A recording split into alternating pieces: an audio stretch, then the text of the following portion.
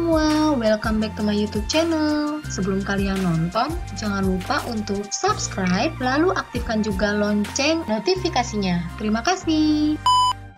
Jadi saya itu hamil 3 tahun yang lalu. Perdana hamil dan sangat bersyukur banget karena nggak pernah yang namanya ngerasain keluhan apapun. Bahkan muntah pun nggak pernah sama sekali. Mungkin teman-teman di sini ada yang baru pertama kali hamil juga dan menonton video ini. Saya sedikit menjelaskan ya. Jadi hamil itu ada 3 semester. Tiap semester itu ada 3 bulan. Biasanya kita menyebutnya itu trimester. Jadi ada trimester pertama, trimester kedua, trimester ketiga. Nah, trimester pertama itu usia kandungan 0 sampai 3 bulan. Trimester kedua itu usia kandungan 3 sampai 6 bulan. Dan trimester ketiga itu merupakan trimester terakhir. Itu usia kandungan 6 sampai 9 bulan atau sampai menjelang melahirkan. Gitu. Oke, kembali lagi ke cerita pengalaman hamil pertama saya. Jadi itu saya sempat khawatir kan, kok yang saya rasakan ini beda ya dengan ibu-ibu hamil pada umumnya. Lalu saya searching deh tuh tentang kehamilan yang case-nya seperti saya ini. Oh iya, sebelumnya Mas, saya juga ada beli satu buku.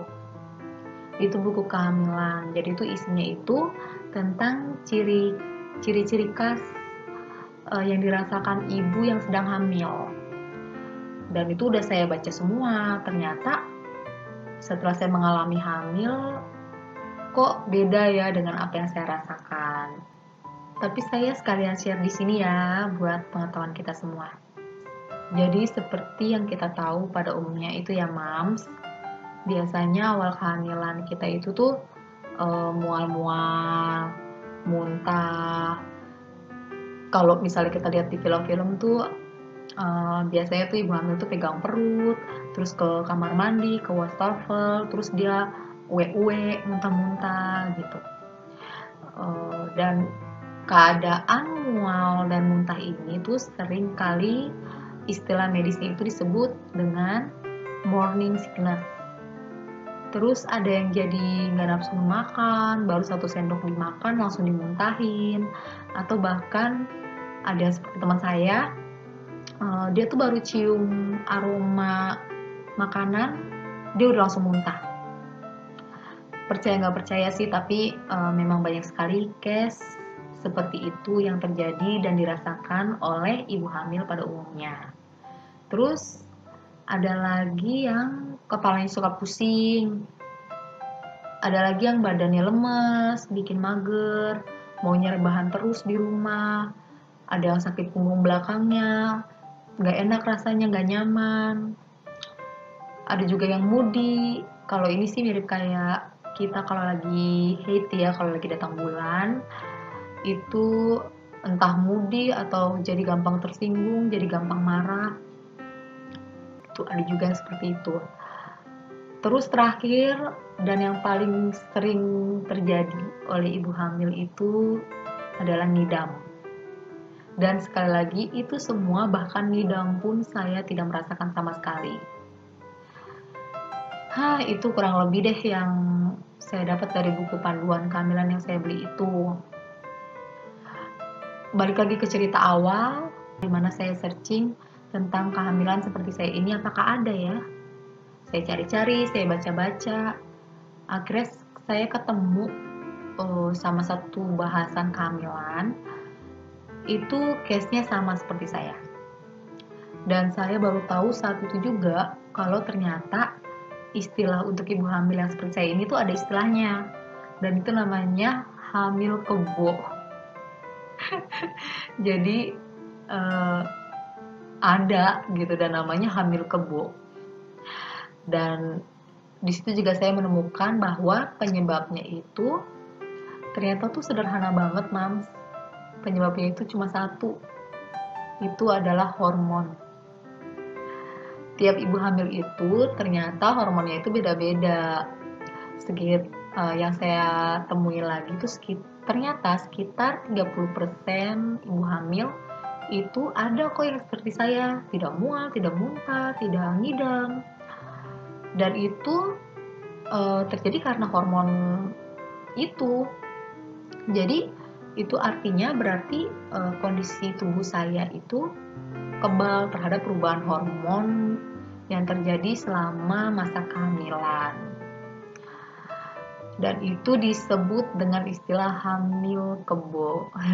Lucu ya namanya ya, hamil kebo. Sebenarnya sih hamil kebo itu nggak ada dalam kamus medis kedokteran, tuh nggak ada istilah hamil kebo itu, cuma untuk istilah pada umumnya aja, tapi cukup terkenal sih nama hamil kebo itu. Mungkin moms ada yang tahu juga tentang hamil kebo ini.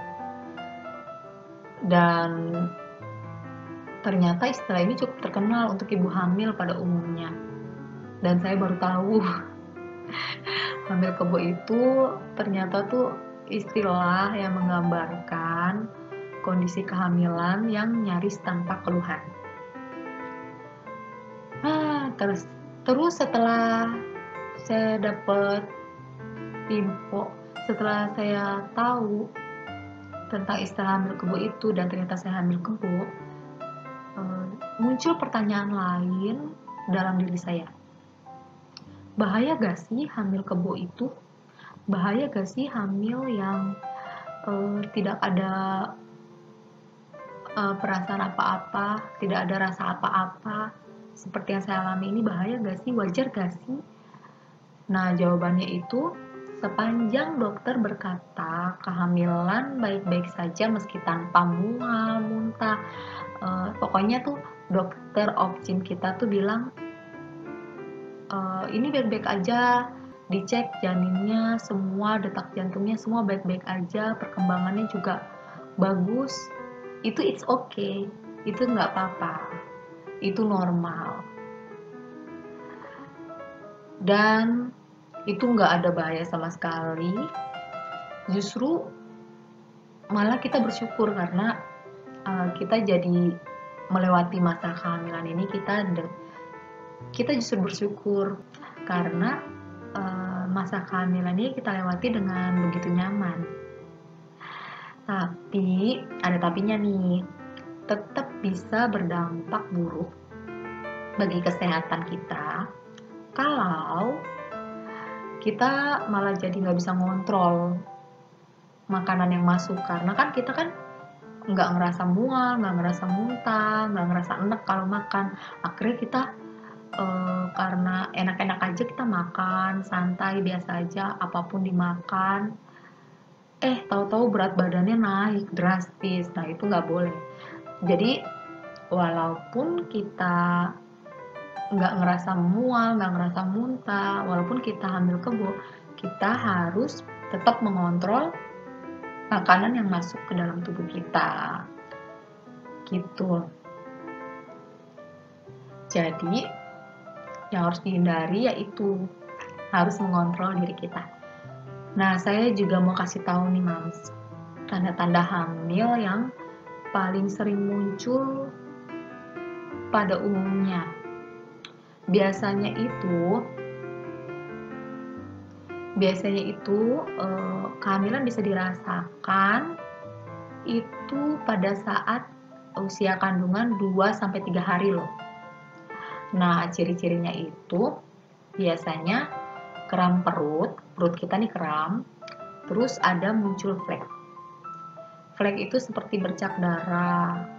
Itu mirip-mirip kayak kalau kita lagi haid, kita lagi datang bulan, kurang lebih mirip-mirip seperti itu. Nah, untuk case seperti saya ini yang hamil kebo, saya baru merasa kok kayaknya saya hamil ya. Itu tuh saya baru ngerasa itu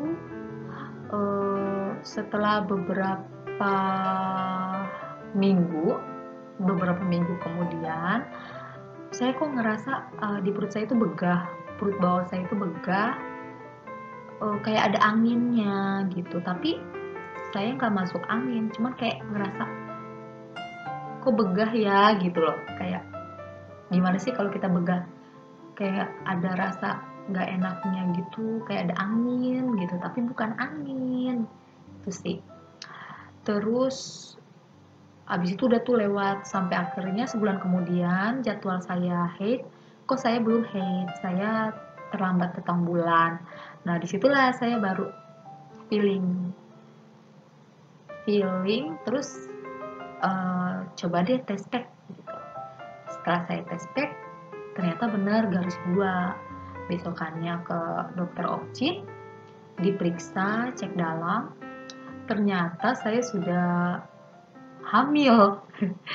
Dan di situ usia kandungan saya itu ternyata sudah memasuki 6 minggu. 6 minggu berarti 1,5 bulan ya, 1,5 bulan. Di situ saya baru merasakan kalau saya hamil. Terus selanjutnya saya jalani bulan demi bulan kehamilan saya dengan sangat nyaman sekali. Saya sih sangat bersyukur sekali sih pada masa kehamilan saya yang kemarin itu bener-bener nyaman banget sih, enak banget. Nah, spoiler sedikit nih buat konten selanjutnya. Jadi waktu masa-masa kehamilan saya tuh saya nggak ada drama sama sekali. Tapi setelah saya melahirkan, ternyata saya baru mulai ada drama itu setelah saya melahirkan. Dan itu akan saya sharingkan nanti di video selanjutnya, di konten selanjutnya setelah ini. Dan itu dramanya lumayan banget ya. Aduh, pokoknya nanti nonton aja deh. Pokoknya nanti lihat aja di video saya selanjutnya. Saya akan membahas pengalaman saya setelah melahirkan, dan di situ ada banyak sekali dramanya. Oke, demikian sharing saya tentang kehamilan saya yang nyaman ini. Semoga bisa menambah pengetahuan untuk kita semua, terutama calon ibu yang baru pertama kali hamil. Sehat-sehat ya ibu hamil dan calon babynya. Makan makanan bergizi, minum vitamin yang dikasih dokter, jangan sampai putus vitaminnya, dan yang terpenting kita berdoa terus. Dan yang terpenting ibu hamil banyak-banyak berdoa supaya diberi kemudahan, supaya diberi kelancaran sampai melahirkan nanti. Amin. Kalau ada masukan atau ada sharing dari teman-teman yang lain tentang kehamilan kalian, boleh banget kita sharing pada kolom komen di bawah ini. Semangat Bumil, sampai ketemu di konten selanjutnya. Jangan lupa untuk like, subscribe, dan share video ini untuk kita sama-sama saling berbagi. Dan untuk menyemangati saya dalam berbagi konten yang lebih menarik lagi. Sampai jumpa.